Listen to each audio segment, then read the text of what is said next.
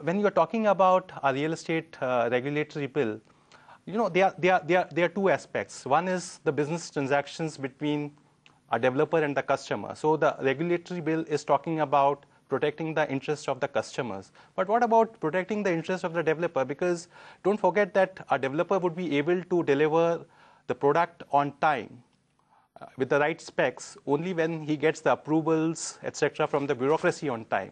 So developer is like somebody in between the bureaucracy and the customer.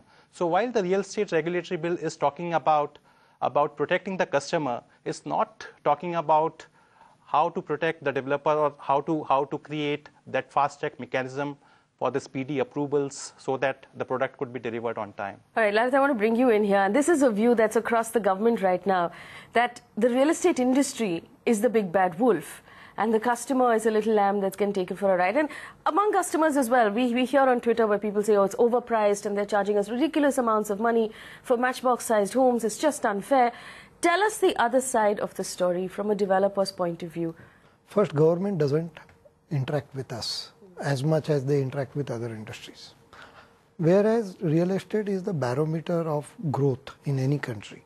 Housing is the basic barometer. If you see, American Economic Report talks about what is the housing sale. Now, having said that, 3 years to get environment clearance. If this regulatory bill comes, mostly it will be another window of corruption.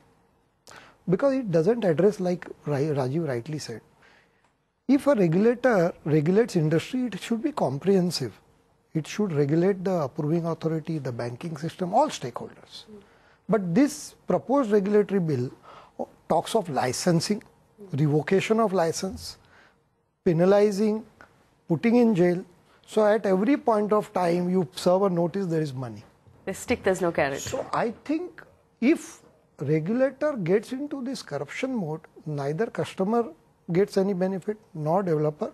On the contrary, cost goes up. What is your view of the Maharashtra regulation bill for real estate? According to me, any licensing policy, Maharashtra also doesn't provide any teeth on approval processes. So according to me, without that teeth, it's useless, because like construction is work in progress till possession, approval system is also work in progress.